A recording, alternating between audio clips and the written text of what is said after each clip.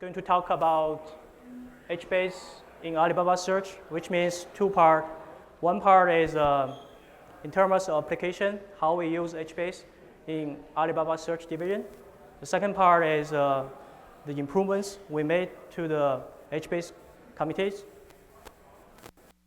So this is our agenda. So I will first introduce the HBase history used by the Alibaba Search group, and then I introduce two typical scenarios where we use HBase. One is building the index. So basically, it's for the search indexing. So basically, we do the offline building indexing, which is executed once per day. It's like a major building. And then after building the indexing, and we deliver this to the search engine, and then in the real time, we also update the messages and anything changed in the backend database. We also update indexing. So in search indexing two parts. One is once per day, it's a full indexing building, and the second is a real-time delivery. The second scenarios we actually bring up in the recent years, it's we call this recommendation and targeting. So we use HBase. I will explain in more details, but basically we will use HBase to supporting the machine learning pipeline for our searching product. So after this, we will introduce the HBase improvement we made for the HBase committee. And also we have two HBase extensions. So we use HBase as a queue, and also we call the HQueue, and also we have the HTunnel. It's like a notification systems. At the end of this talk, we will introduce challenges and the future we were thinking about HBase. Okay, about us. So Alibaba company is a commercial company, and it's the largest one in the world in terms of the number of deliveries. So we actually deliver about 12 million orders a day. So you can see the scale of us. And our annual GMV last year is around 300 billion. And the major product which leverage Alibaba Search is two websites. One is Alibaba.com. It's a business to business. Okay, first of all, it's a global business to business website. So basically, the companies can buy a little large, not one single order. It has to be a batch of order. So that's why we call it business to business. They found some business providers provide a certain product, and then you're searching those products on Alibaba.com. So we call it global B2B. And AliExpress is a website we support for business to customer globally. It's like Amazon Global. And inside China, we have very, very big two websites. One is called Taobao. The other one is Tianmao. So Taobao is a C2C website. So basically, it's like an eBay kind of business. And Tianmao is a B2C. So we help the business providers to sell their product to the customers. So those four are major website of the Alibaba Group product, which is searching techniques. So you can imagine similar as Amazon's. The people, so you guys here, I was also living in US for a long time. So you guys here, and when we buy something, we have to search, not looking at website to see anything available. So a huge amount of the purchase has been delivered starting from the searching. So that's the position of Alibaba Search in the whole Alibaba technical. So Alibaba Search serving 400 million monthly active users, and besides searching, we also do the recommendations, personalized recommendation, based on the machine learning system we have. And the searching is a major contributor to our. Okay, about the history about the HBase in Alibaba Search. So since 2010, HBase has been used as a major core data storage in the entire searching technique, in searching pipelines. So starting from 2010, we're starting to try to use HBase from the version 20, and we keep capture the latest version of the HBase community. Until this year, we upgrade from 98 to 1.1 version. So we actually start the latest, the newer version 1.1 from last year, and we see there's now a lot of stable issues, and it takes us some time until recently we make it stable, and right now the production is running on the 1.1.2. And our skills. So actually this might be upgraded a little bit, but in general, so we have 3 clusters running HBase. Cluster has 1,000 nodes, 1,000 plus nodes. So you might a little surprising, but let's make them more. So HBase in Alibaba is not just, HBase cluster is not just for storage. So the unique thing we have is we're not only using those those nodes for data storage as a HBase as a DB, we also run our computing tasks. So you can see here, we share these clusters with streaming computing. Right now, we're going to using Flink. It's similar as Spark streaming. So Flink has never been production in such large scales. We cooperate with Flink, and we made a lot of changes, make it stable, make it in large scale. And we are going to present in Hadoop Summit next month. But again, so we have 3 clusters with 1,000 nodes, and we integrate those nodes with not only data storage, well, we also integrate with computing. So in those nodes, you can see the memory has been using both for HBase, also for the computing task, and also the CPUs is shared. And the operation traffic we are handling per each cluster is during the daytime, it's around 10 millions per second. But you can see the peak is like, I think it's 14 million per second. And divided by the boxes is around 14,000 per box. So that's our scale. So this is the component architecture about our searching infra. So as I mentioned, there are 2 parts. One part is the once a time, the full build. So we pull in the data from the Alibaba database. So we have MySQL and we have HBase. So we pull the data from those databases to the HBase indexing as a key value store. And then we do, as I mentioned, in the same cluster, we do the by-chain computing. And then we got the result for the search engine requirements, and we exporting to the search engines, and then build the index. And in the meanwhile, after this full major build, we have the real-time pipeline. Similarly, anything has been changed, let's say one change made in MySQL or HBase database, and it will kick off or generate updates. Those updates will follow the same pipeline, goes to HBase, updating the key value store, and then doing the processing. So here, processing, you can see there are a lot of data interactions. So it's not just computing CPU, it also has IOs. Then we exporting the result to the search engine as updates. So that's components architecture. Here, this picture shows the conceptually, how it looks like. So we define terms like views. So let's say we have database, we have initial step of the database, and the HBase and MySQL as database data, and we pull the data to the HBase, has different tables. And then those original table has to be merged together as a document and sent to the build engine. So those steps conceptually looks like So let's say production team saying, okay, I want this data from this table, I want another data from another table. I want to apply this logic, and then continuously I want to apply other data, other logic, and generate the final doc. So in our view, so this is kind of the data pipeline views.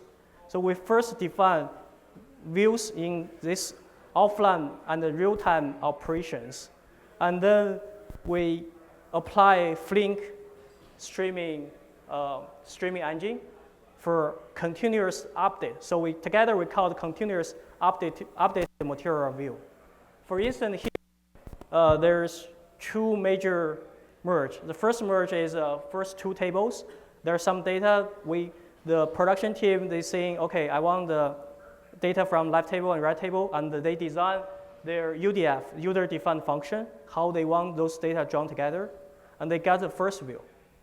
We call the material view. And secondly, they fetching another data from third table, and they join together with a different function, a second UDF, and they got the final view.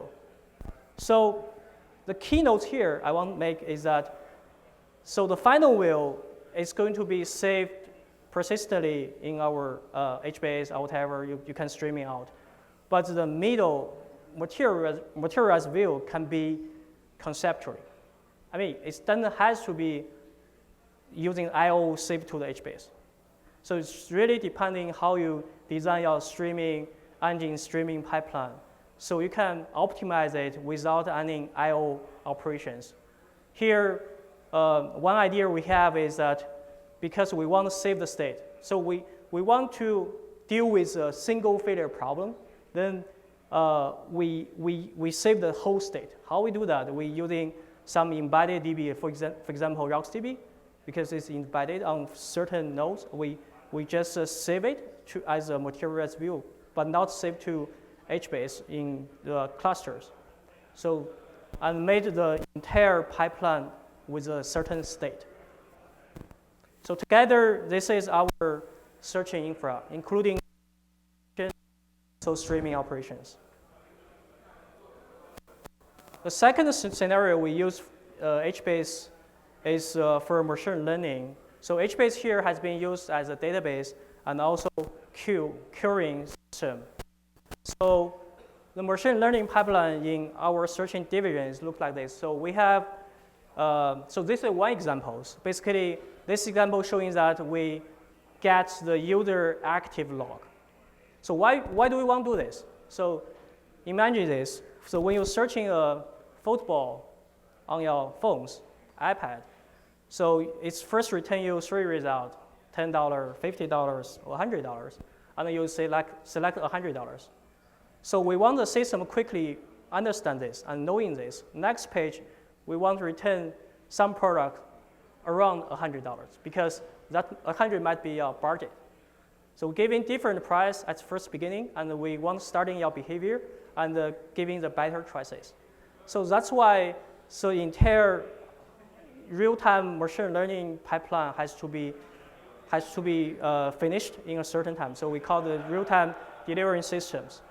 So how it works? So basically, we starting with a user log, and we parsing log and separate to two dimensions, item dimensions and user dimensions. The reason we're doing that because we have different machine learning models for user behaviors and item behaviors.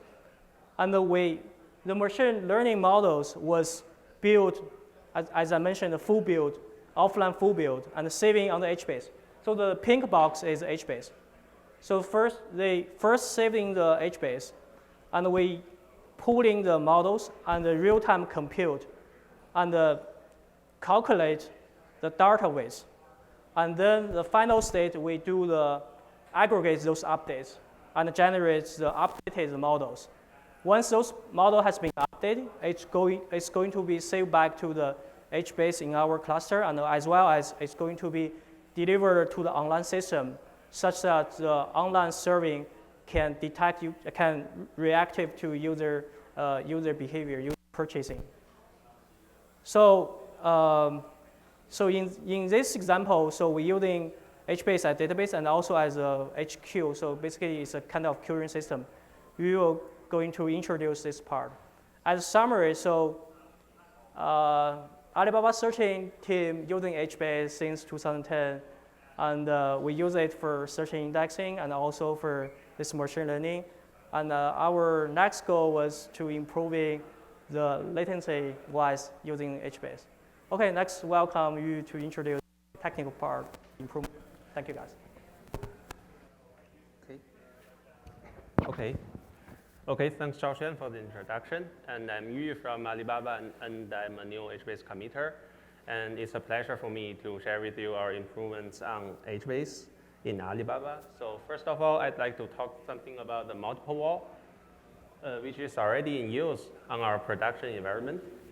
So the main reason we use multiple rather than a single WL per region server is to take full usage of the disks and enhance the writing throughput.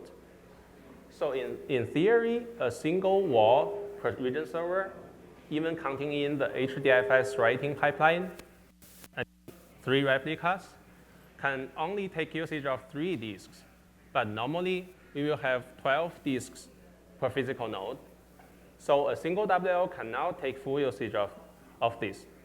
And if we use SSD in our environment, which has much better I/O capability, multiple wall would be a better choice also.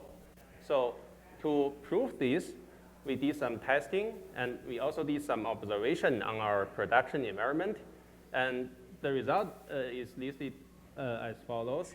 So for pure hard driver disks, we see around 20% enhancement on writing throughput than single wall. And if using the SSD with SATA interface, we see even better, 40% better throughput. And we also did some experiment with PCIe SSD. And with this kind of SSD, we even could have a compatible performance with HSync plus multiple wall as HFlash with a single wall. Okay, and also to make it production ready, we also did some refinement on multi-wall, such as fix the replication under multi-wall. And we also introduced a new namespace-based region grouping strategy, which will make it able to separate writes to different namespaces into different walls. Okay, and it will also make it possible to enable namespace-based replication between clusters in the future. Okay, so if you are interested, please refer to the JIRA 14457 for more details. Next, I'd like to talk something about improvements on I/O isolation. So just as Shaoxuan introduced, that we are sharing nodes between the storage and computing system. Okay, so the challenge actually comes from that computing jobs, such as MapReduce job, will generate a lot of I/O pressure on the disk to write the intermediate data, right? But HBase actually is sensitive to I/O, and it actually performs not that bad with a high I/O pressure. Okay, so we have to find a way to avoid these two systems to interfere with each other. To avoid the I/O of computing jobs to affect the HBase performance. Okay, so to achieve this, we take usage of the HDFS heterogeneous storage feature. Okay, we will specify the storage policy for walls to all SSD. We will also specify the policy to H files of our call tables and column families to all SSD. And we will specify the policy of normal tables and normal column families to one SSD. And we only allow the MapReduce job to write data to hard driver disk. Okay, so basically in this way, we only read data, the HBase read will only read data from SSD, while the I/O of MapReduce jobs will only be on hard drive disk. Yeah, so this is our solution. And so to specify the storage policy for WAS, the feature is already in the released branch 1 versions. But for specifying storage policy for column family level or in backload, these two JIRAs are patch available but still not in. But if you are interested, you could refer to the JIRA and see the patch, okay, and also try it out, okay. Next, the other part of our improvements on I/O isolation is to control the I/O spike on disk and network. The screenshot here is just a demonstration of the spike. It's what we have seen in the real world. It's just captured from our online system, monitoring system, okay? So the I/O spike will causing a spike on the response time and causing the application to lag or even stuck. So we must control it, right? To achieve this, on top of the compaction throttling, we add a flash throttling feature to control the I/O on flash. And we also further improve the per column family flash feature to make the small column family flash less. Okay, and all these JIRAs are already in our code base. Okay, next, I'll talk something about the machine learning specific improvements. Okay, so in our machine learning application process, we will have multiple threads, and these like tens of threads, and these threads may read from a single region server. Because the machine learning application has such feature that it will read and write a feature in multiple iteration. Okay, so if tens of threads want to get the data from the same region server, because they will share the connections between the client and the server, so the response writing back will be sequential, okay? And this is the problem because previously the handler will get blocked waiting for the response queue. And we found the problem, and in our observation, the HBase 11297 is quite important to resolve this problem.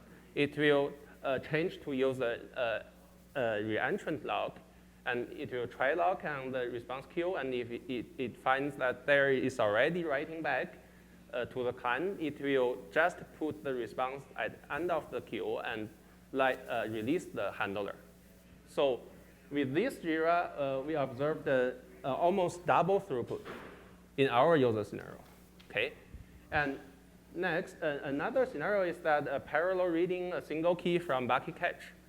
So bucket cache will actually have a lock on the block ID, so the read on the same block will be sequential, okay?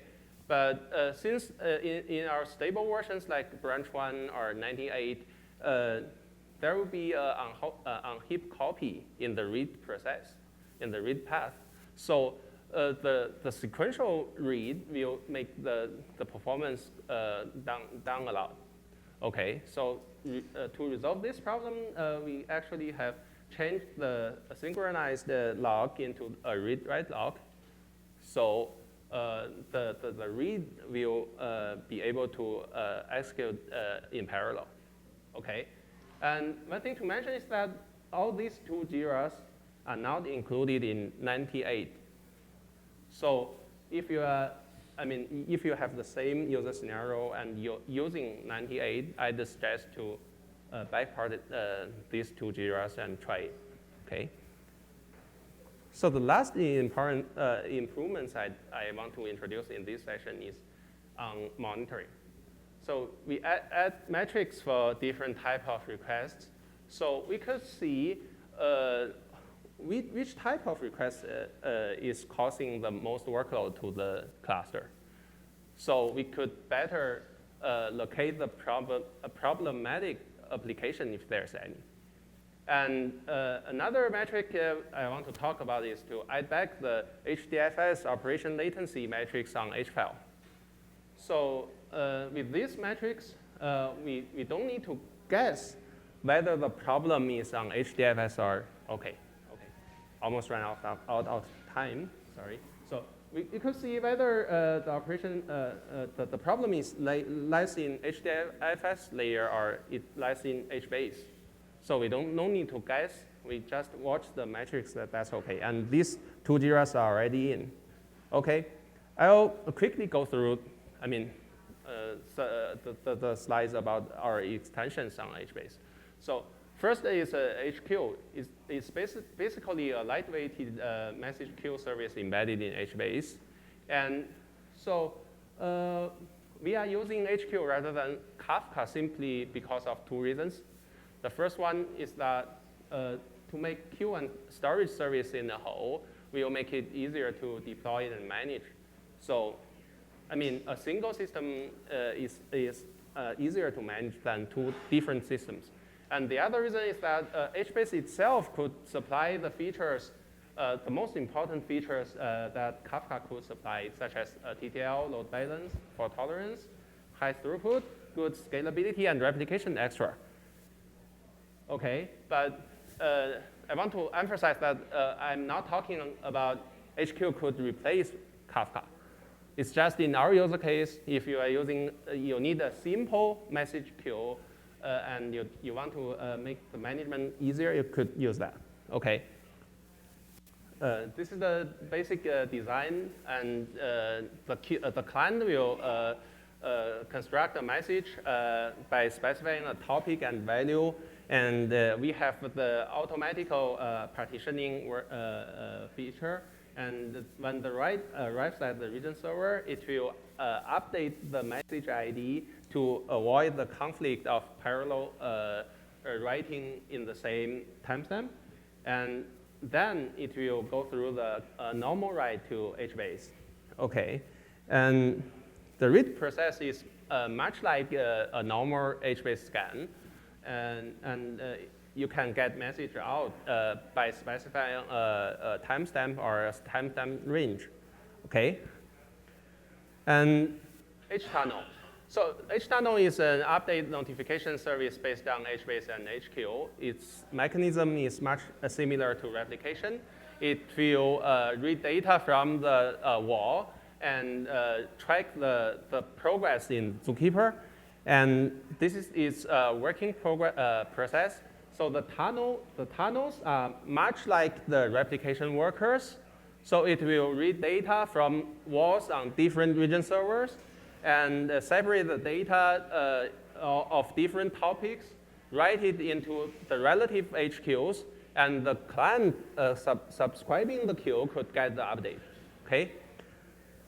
And last of all, I'd like to talk something about the challenges and future.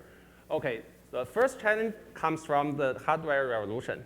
So actually, we are using PCIe SSD plus a 10 gigabits network card. So what does that mean? So it means that I/O may not be the bottleneck anymore, okay?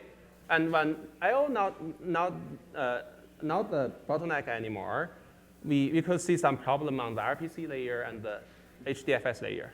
So on the RPC layer, we tried out a simple 90-based RPC server and simply changed it, and we observed around 1.5 times performance enhancement. Okay, so in the HDFS layer, actually we observed some problem in the short circuit catch on the HDFS client, and some locking issue. So it reduced the performance. We are trying to resolve all these problems, and we will share it in the community later. So if you are interested, please watch the JIRAs in community, okay? And after we resolve all these problems, no bottleneck on RPC, no bottleneck on HDFS, no bottleneck on I/O, we assume that the CPU might become the next bottleneck. And the community also has some improvements on the CPU, such as using the the Hadoop native library for CRC checksum, rather than a pure Java program. Okay, but we also observe some problems there, so we'll also share it in the community and trying to resolve it. Okay, and another challenge is from the new database. So here we compare HBase versus RocksDB simply because RocksDB have the same design like HBase. It's also using ISS table and LSM structure tree, right? So, but RocksDB is an embedded database. It's using the local file system, and there's no RPC layer for it. So how do we compare the performance between HBase and RocksDB? So actually, HBase could, I mean, if we use a single node HBase cluster, and we use the short circuit read feature, actually, we could say that HBase is reading data from local, but because we have observed some issues on the HDFS client, we just make the scenario to be 100% cache hit. So we don't need to read anything from the file system, okay? And also, HBase has an RPC layer, so we also add an RPC layer on RocksDB. So say a thrift. So after this, we actually get a comparable performance between HBase and RocksDB. So for us, we got the conclusion that the HBase core is competitive to RocksDB. Okay, but so to conclude, we think that the HBase core is good and competitive, and we have a bright future, but still we have something to do. And Alibaba will continue to contribute and work together with all you guys in community. Okay? Okay, that's all, and thanks.